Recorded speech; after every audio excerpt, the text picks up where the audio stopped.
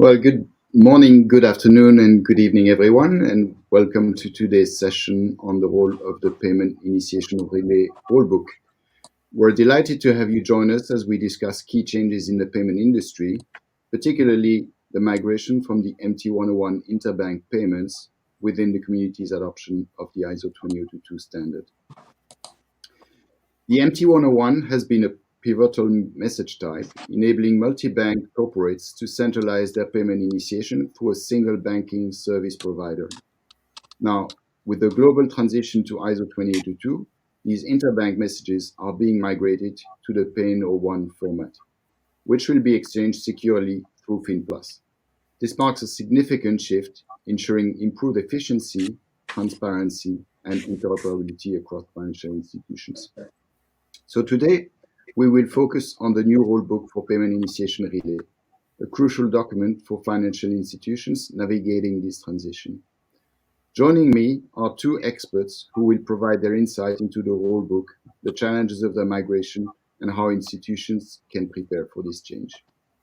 I'm delighted to have Fiona Geary, head of the MT101 Relationship Management at NatWest, joining us. Welcome.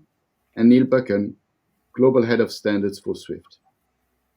So let me start with you, Neil. Could you walk us through the payment initiation flow use cases and explain which of these use cases prompted the need for the rulebook? And what is the importance in the context of transitioning to ISO 20022? Sure. Thank you, Nicholas. So maybe we'll have the slides up on the screen effectively, but to start off with, let's talk about those three use cases. So I'll work through and we'll finish off on the relay, which of course is the topic for discussion today. So first of all, what you'll see on your screen, so this is a real high level use case for financial institution payment initiations. So of course, when we talk about the Payment 1, we're talking about a payment initiation. So that's effectively a request to move money from an account towards a creditor. So here, the sort of use case you're exploring is effectively a financial institution of some sort that owes money to a non-financial institution. And here on the far left-hand side, what we would call a debtor, an initial or initiating party from this instructions perspective in ISO. This is about them requesting their bank to move money in at a high level. So effectively, that's the first use case. Maybe to move on to the next one. So then we've got the second use case is more about an authorized party payment. So you might call that as a third party transaction. So this is where effectively a bank perhaps provides or offers a product solution to the underlying customer, the debtor, to effectively manage payments on their behalf. So a good example perhaps is a number of banks out there maybe provide global liquidity sweeping solutions. So they'll effectively sign a customer up to a solution where they will effectively make decisions on the customer's behalf to effectively move money from their account as necessary. But again, there could be a variety of other different product solutions out there where effectively the debtor's dedicating or delegating the responsibility to an initiating party, an authorized party to act on their behalf. And then the final one, the point of today's discussion, is the classic relay scenario. So what's the difference with this? You may notice from the high level slides, we've still got that customer on the left hand side, so the debtor. They're communicating with a forwarding agent who's providing them a service. So I often describe the forwarding agent as a technical service. It's a bit like the postman, effectively in a postal service, whereby the debtor communicates via a variety of channels. Obviously, the Payment 1 is one of those examples, but in legacy, those can be host-to-host files, internet banking, a variety of different channels. And effectively, the forwarding agent is literally acting as that postman. They are sharing that payment instruction with a debtor agent to say, can you execute this payment for that customer? And realistically, the key benefit of that, or the high-level solution to that, is really to simplify the connection for that end customer, that they're effectively having one channel exposed to them, regardless of their relationships with a variety of different banks. So that's kind of the high level of those use cases. And as you can kind of see in here, we've indicated in the blue, this is kind of the remit of the rule book effectively for the purpose of this, which really describes the relationship between these two parties. what we often describe as participating agents, where we name them as the forwarding agent, this guy that's got the technical capability, and this guy that provides the payment solution or payment service, the debtor agent to their customer. So from that perspective, maybe to touch a little bit on the background to this, obviously from this particular relay scenario, these all of the three of these use cases exist in legacy MT101, the way that we did this in Fin MT effectively. The rulebook itself really focuses on this relationship between these two parties, this forwarding agent and this debtor agent effectively. So why did we look at this rulebook?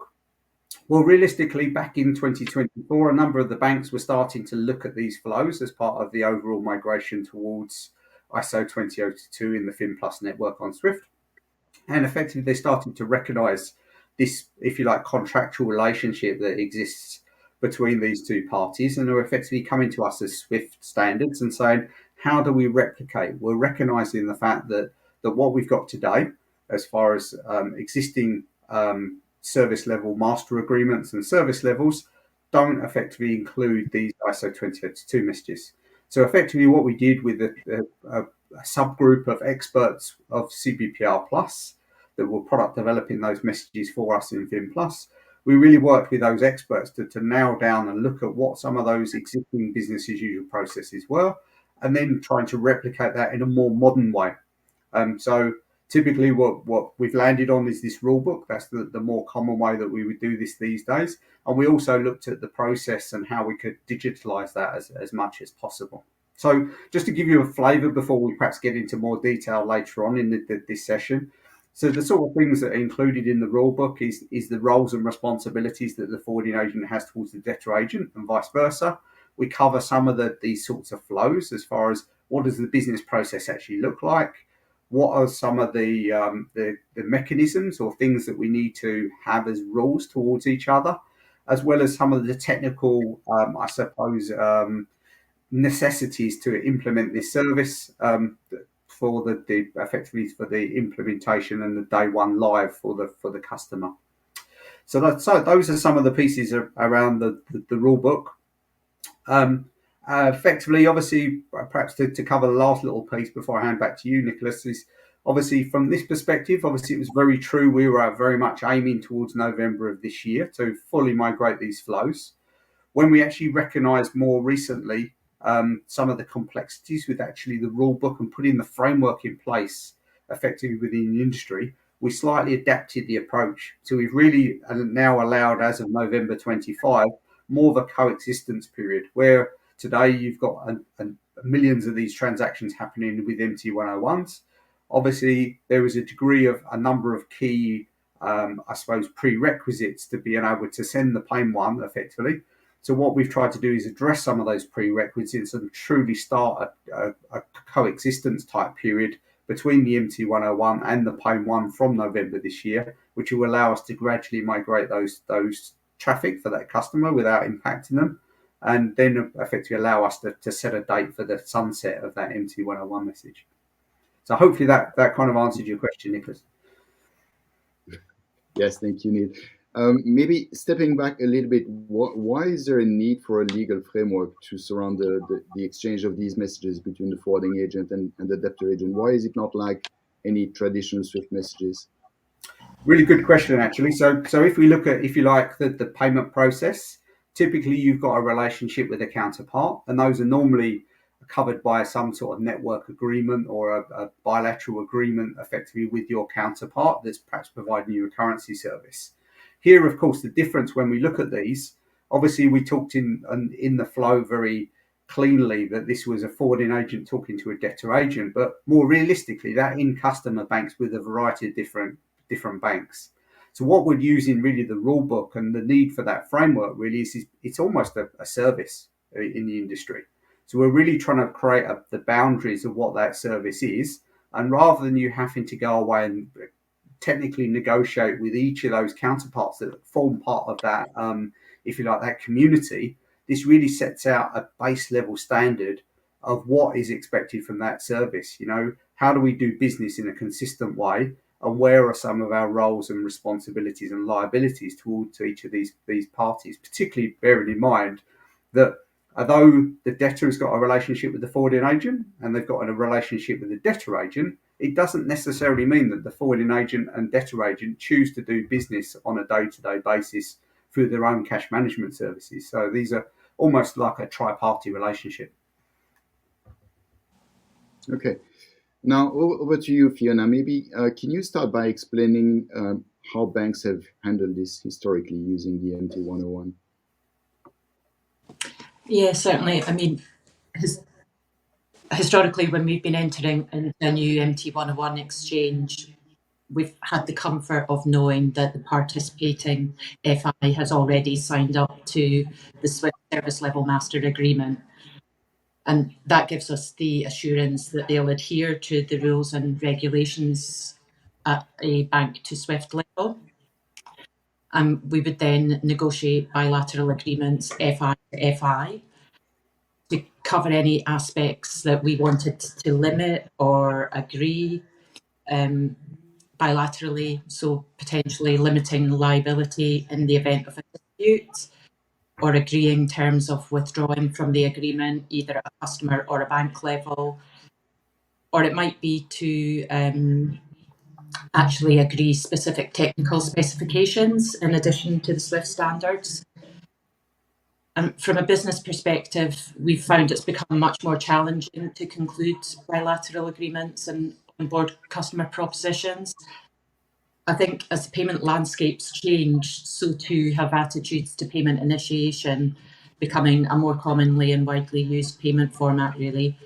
And perhaps institutions have become more relaxed on the perceived risks of interacting in this way.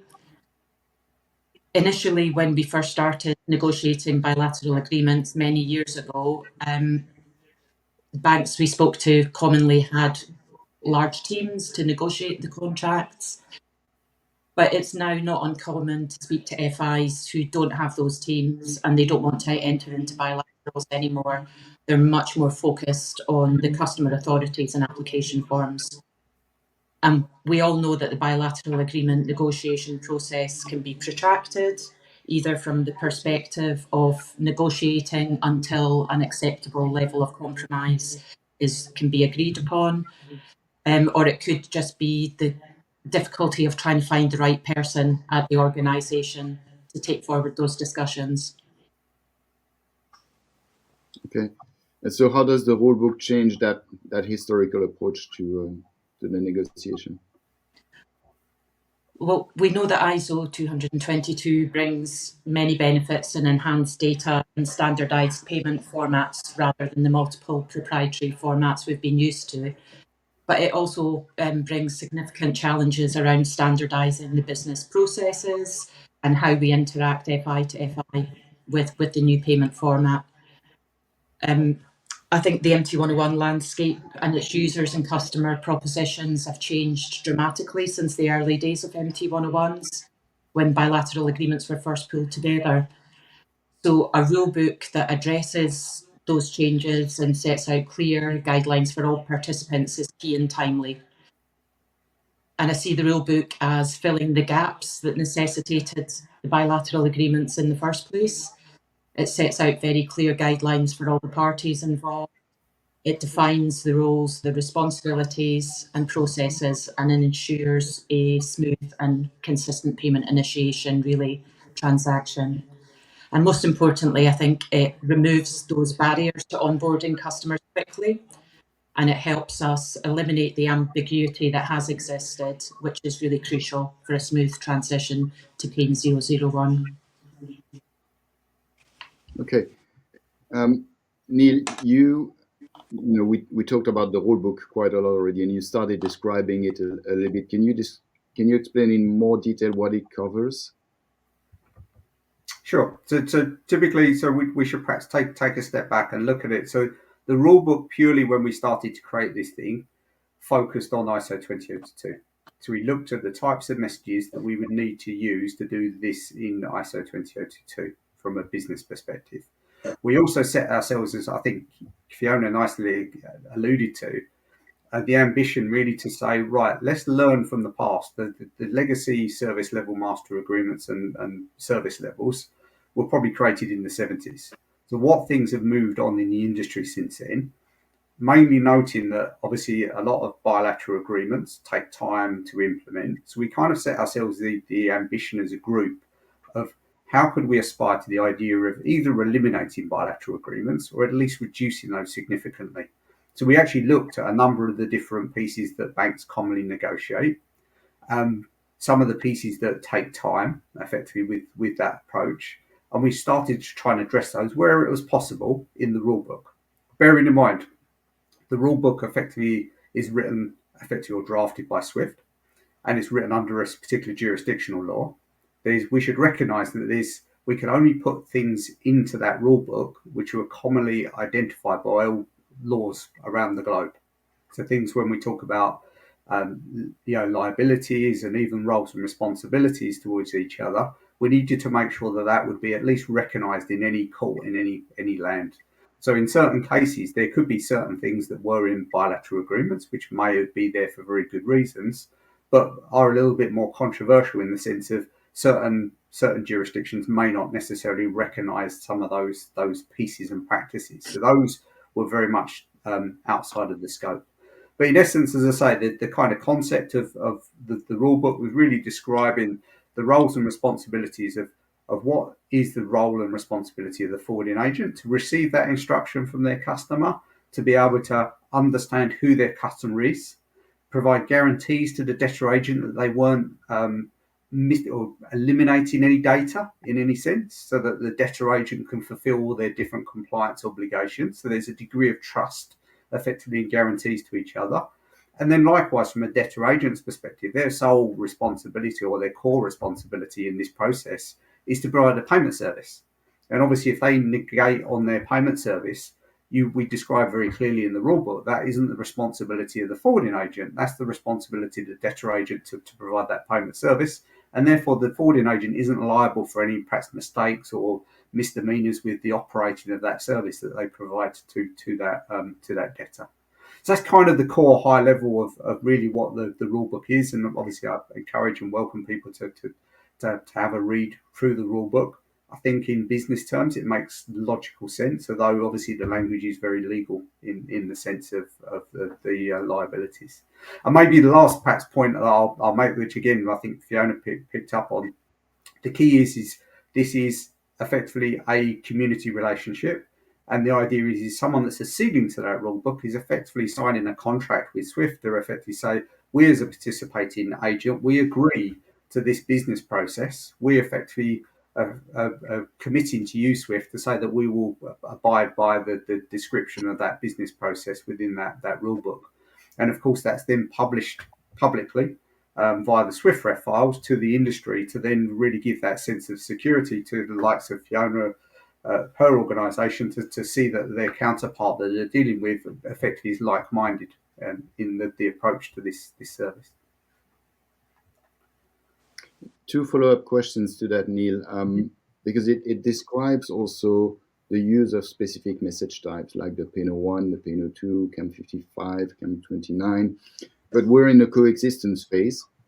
So does it provide some flexibility? And also, what is the relationship with the current service level master agreement if banks are still using the legacy format? Another great question. So of course, if we look at this, we're dealing with, let's call it, two protocols that are exchanging this business today. So we've got, if you send an MT101 today, that's still covered under the service level and service level master agreement, and potentially, as Fiona described, any bilateral agreements. And then in principle, we've then got if you send this as a Payment 1, then this is effectively covered under the remit of this Payment Initiation Relay Rulebook using ISO 20082.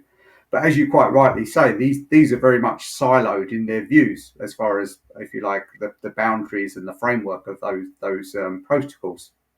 So the key, what we started to recognise with work and conversations with the community, is effectively we needed a little bit of provision, particularly if we take into account, for example, if we look at the relay rulebook. Obviously, it talks about not only the payment instruction, it also talks about what happens in the event where the debtor agent can't, for valid reasons, execute the payment instruction, which of course is there in the legacy service level. but describes very clearly that that is a PAIN 2, a payment status report in ISO 20022, which have got different levels of roadmap as we look to adopt ISO 20022. So to your point and to your question, Nicholas, what we've tried to do more recently, we've created an interpretive guide.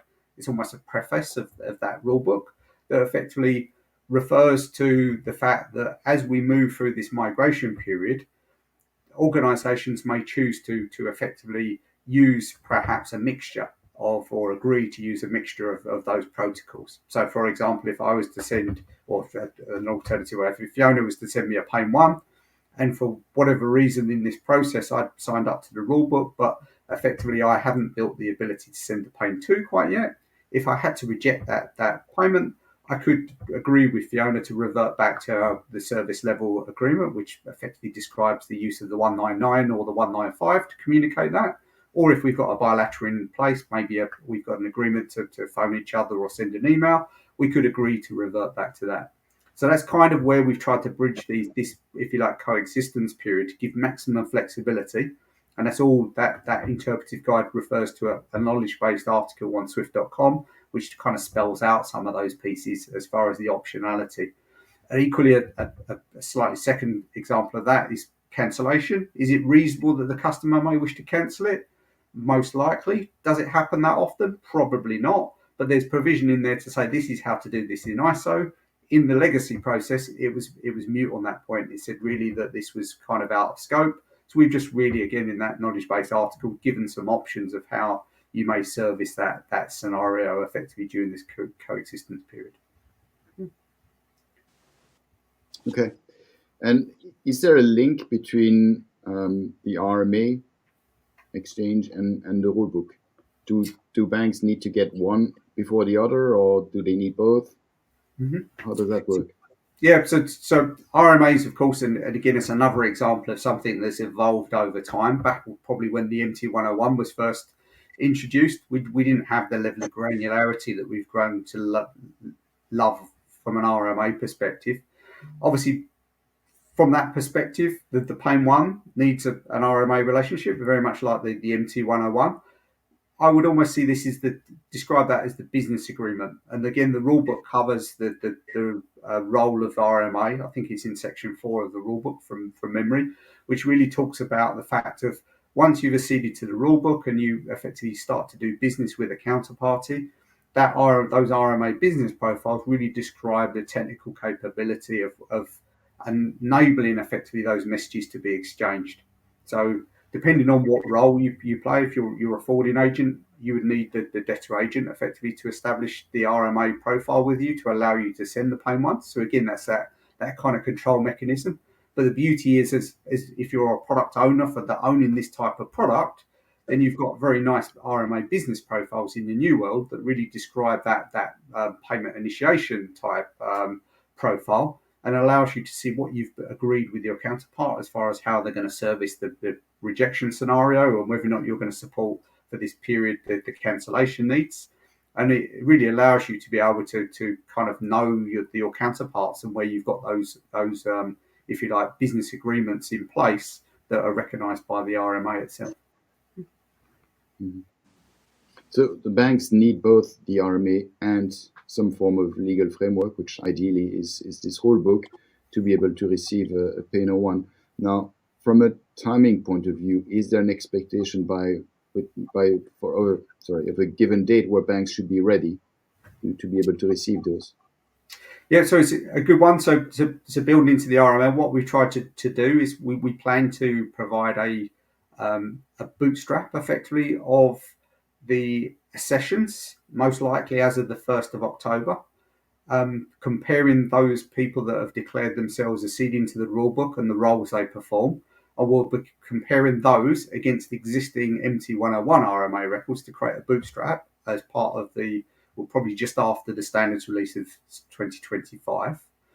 But coming back to your question, what is the difference between the legal framework effectively and the readiness?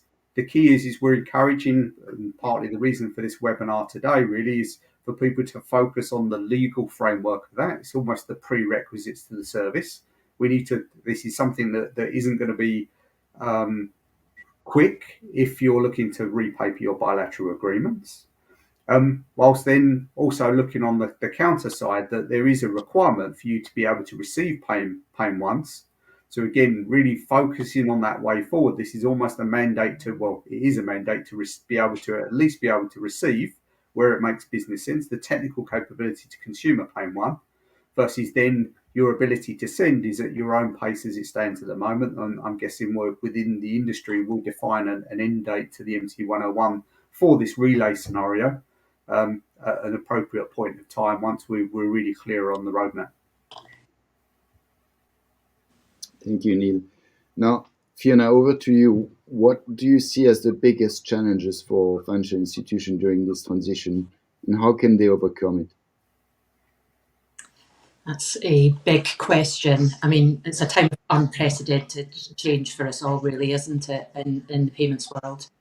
And I think while we can all clearly understand the benefits the new standards will bring, the sheer scale of the change is probably the biggest challenge for most of us.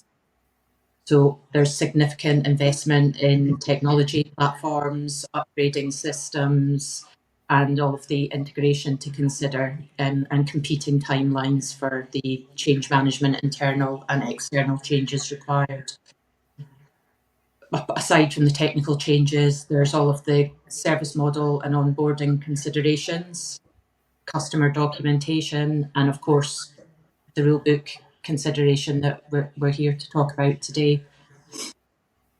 And what does the change mean for the model that we've had up until now of negotiating individual bilateral agreements, FI to FI? And I think when we started talking about rulebook accession at NatWest and whether we would still use bilaterals, we had a number of challenges to consider. Because we have multiple entities and jurisdictions who consume MT101s today, we needed to speak to all the regional legal and risk teams and have that in-depth comparison of the rulebook versus the bilateral. And we had the challenge of gaining consensus on whether the rulebook alone would provide us with the same level of protection that the SLMA and the bilaterals do today. So is this transition only about managing the technical changes and the legal framework? Well, certainly the legal framework is a very important part of it. But additionally, we had lots of questions raised internally round about the onboarding and the service model changes that would be required. And sometimes those were questions that we just couldn't answer because the focus was so much on the technical delivery and we hadn't really started to concentrate on that yet. And I think at NatWest, because the customer product propositions offered across different parts of the group vary quite significantly, it was difficult to manage stakeholder expectations and priorities to really get a harmonised view. That's a real juggling act for us. And I would say as well that MT101s are quite a niche product, and SME knowledge is not as widespread as it used to be, either internally or externally. So a real challenge was getting that time with the experts, and it was really tricky to balance moving forward and get decisions made. And I would say that there were times when individual conversations had to be held because of the technical nuances, but then bringing the conversation back together, pan-bank for alignment, was also key. I mean, other organisations see us as one bank after all, as do our customers. Mm-hmm. So is it fair to say that this rulebook creates efficiency for the industry in this transition phase? Absolutely. I think that, well, the change is time consuming, it's significant, and you need to give yourself sufficient time really to plan for your journey to adoption. I think Swift have produced some fantastic resources to help minimise the disruption and allow you to make the transition more seamlessly. But I think the long-term benefits of the rulebook in improved customer experience and hours saved not having to negotiate those individual bilateral agreements that delay customer onboarding are definitely very clear benefits to see. And some institutions may still be unsure about whether they need to accede to the rule book. Why is it important for them and for the wider industry? Well, I think we're all in agreement that the process to negotiate bilaterals as it stands today is overly complex and time consuming. We all want better processes for our teams and better experiences for our customers. But we also have a responsibility to do that in a way that mitigates risk and keeps our organisations and our customers safe and secure. So while accession to the rulebook may seem voluntary, I see it as key in providing that clarity about roles and responsibilities. The Swift SLMA doesn't cover PAN 001 messages, and we know that, as Neil said, ultimately the MT101 will be retiring, the SLMA will retire too, as it just will no longer be relevant for the payment traffic that we're exchanging. So for me, it doesn't seem feasible that anyone would expect to exchange messages without signing up to the rulebook when standardisation and straight-through process payments are what we're all seeking to achieve at the end of the day. And it seems imperative to really sort of have the security of knowing that an organisation that we're going to exchange messages with understands the importance of the rulebook and what the rulebook lays out in terms of compliance.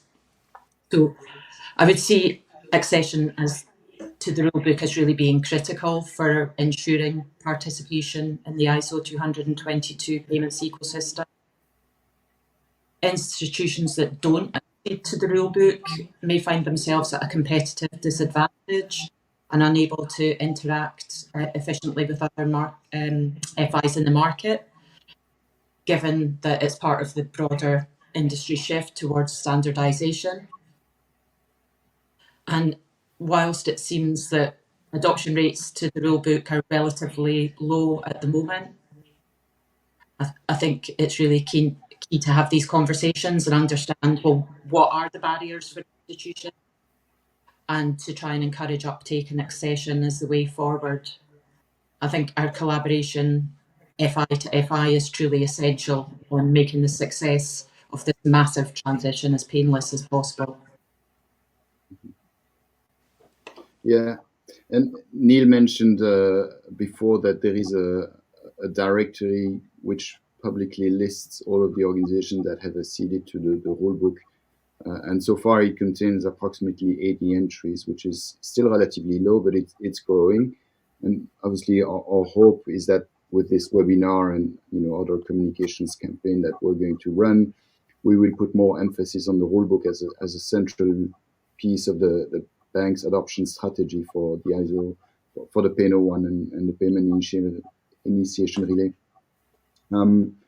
I would also like to show, and if we can have the next slide, we have published a case study recently that we developed with Barclays, where we explain, or where Barclays is explaining how the rulebook is a central piece of their adoption strategy and how it's easing the adoption overall. You can find the link, I believe, in the chat, or you can read it on the Swift website. Neil, going back to you, why is it important to get critical mass acceding to the rulebook, and how do we go about encouraging adoption of this rulebook? Okay, thank you, Nicholas. I mean, so maybe quickly just picking up on the point that Fiona made, again, that from a Swift perspective, we define this rulebook as optional, right? Why do we say that? This is a legal contract. We can't force someone to sign a legal contract. See this more as a, if you like, a rule book for a service, and it's optional to join the service. You may not do this business. You may not have the need to provide this type of relay scenario either as a forwarding agent to provide that service to your customer, and some banks literally just provide that service. On the opposite side, equally as a debtor agent, maybe you're not into or open to the fact of providing or open out your channels to a third party counterparty bank. So that's the key reason why this is optional. I mean, ultimately, if you already do this business and you've exchanged and signed up to the service level master agreement at service level, then this is an impact to you. You need to look and decide what your position is. Do you want to sign this new rule book and as necessary put a bilateral over the top of it? Do you want to get out of this business entirely? Or effectively, as I've heard some perhaps maybe naively thinking about, is do they just have a bilateral agreement, which would need to cover and consider all of the things that are in the rule book? So it's quite a huge amount of effort to then only rely on a bilateral agreement, which of course then isn't visible to every counterparty like the Swift ref file effectively out there. So coming back to your question, why is it important? Ultimately, I think you mentioned there's about 80 records. I think we understand from a Swift perspective there's about 700 corridors. So we're only a small proportion through there. Perhaps that doesn't necessarily tell the full story, because I think as Fiona's gone through, and the paper from Barry is a really nice one as well, this takes time. You've got lots of socialization to do in an organization. Find the right people that understand this business process. Work with your risk counterparties to understand what the risk and whether or not where your appetite is.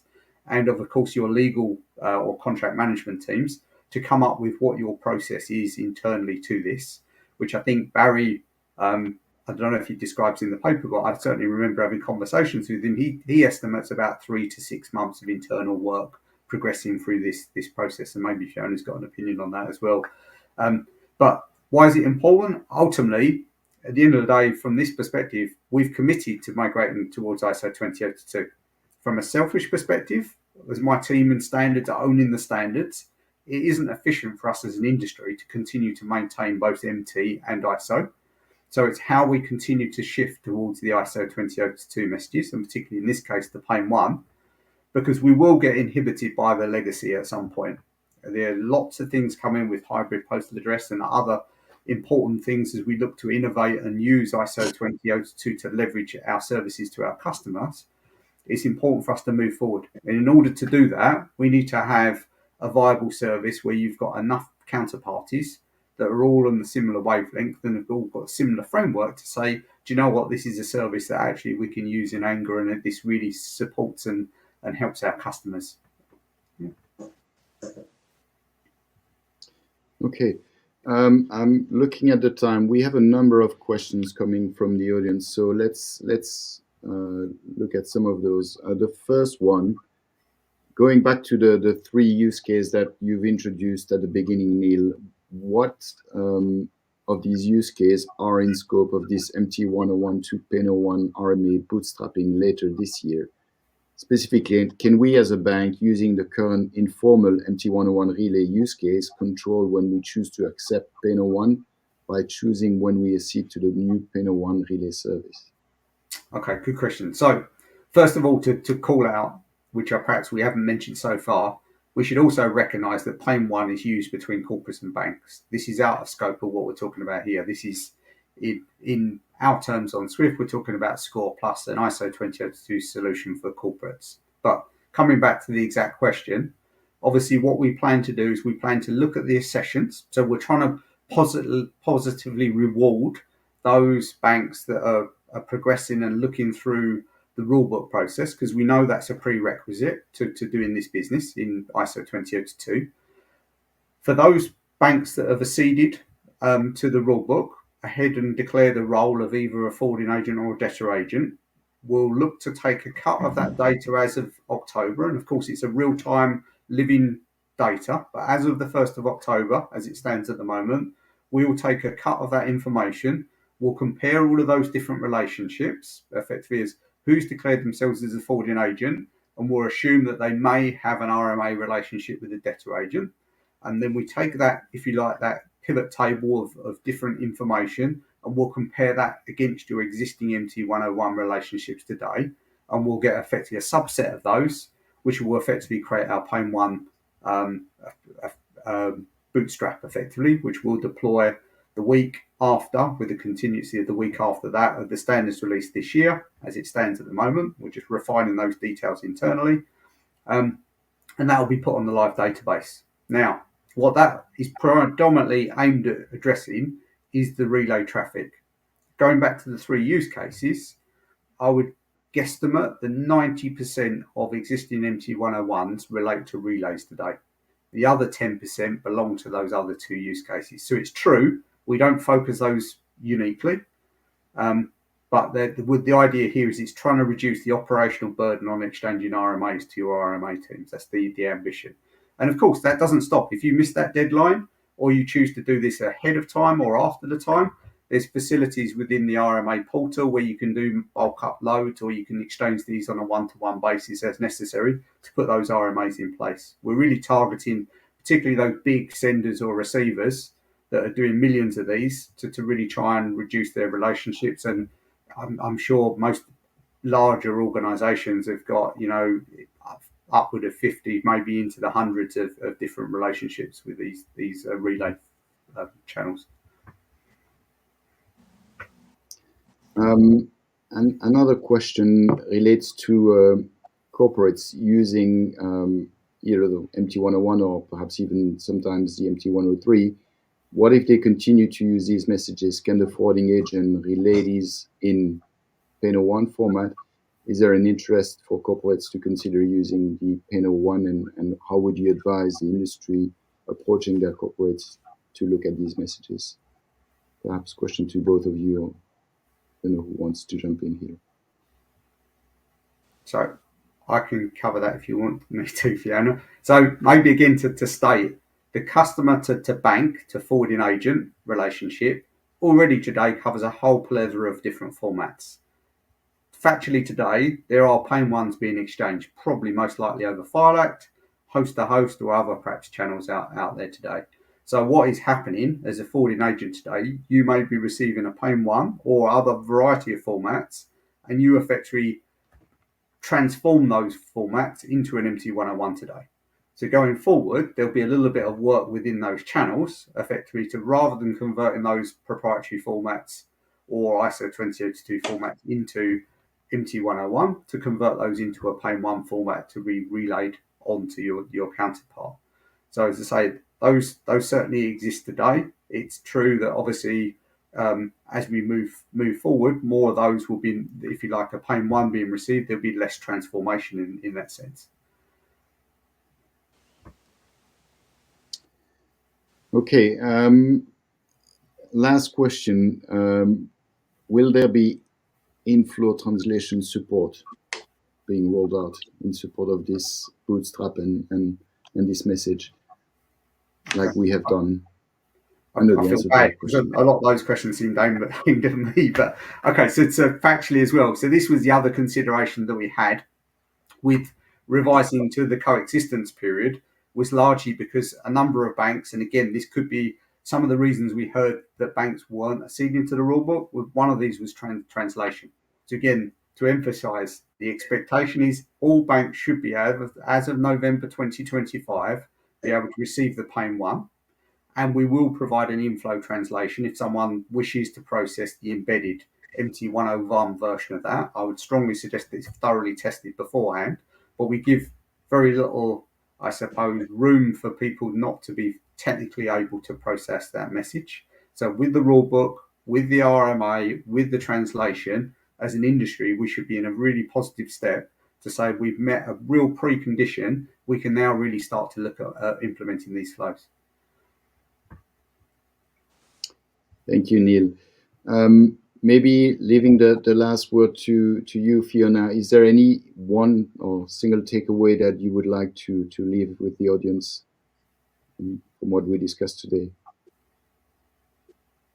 Thanks, Nicholas. I think really, if you're in a position now and you're ready to sign up to the Relay Rulebook, then do that to let other FIs know your readiness. And absolutely key, because of the amount of work to be done, is to start having that dialogue with institutions you exchange messages with today, so that you can ensure seamless migration and transition for your customers. Thank you, Fiona, and thank you, Neil, for your insight today. We've covered the importance of the rulebook for payment initiation relay and the challenges that the institutions face, the steps they need to take to get ready. It is vital that industry take action now, whether it's acceding to the rulebook, updating your system, aligning with team, engaging with your counterparty. The time to act is really now. So again, let me thank you for your participation today. I hope the audience found this valuable. You can always reach us through the chat on LinkedIn, and thank you for your time today.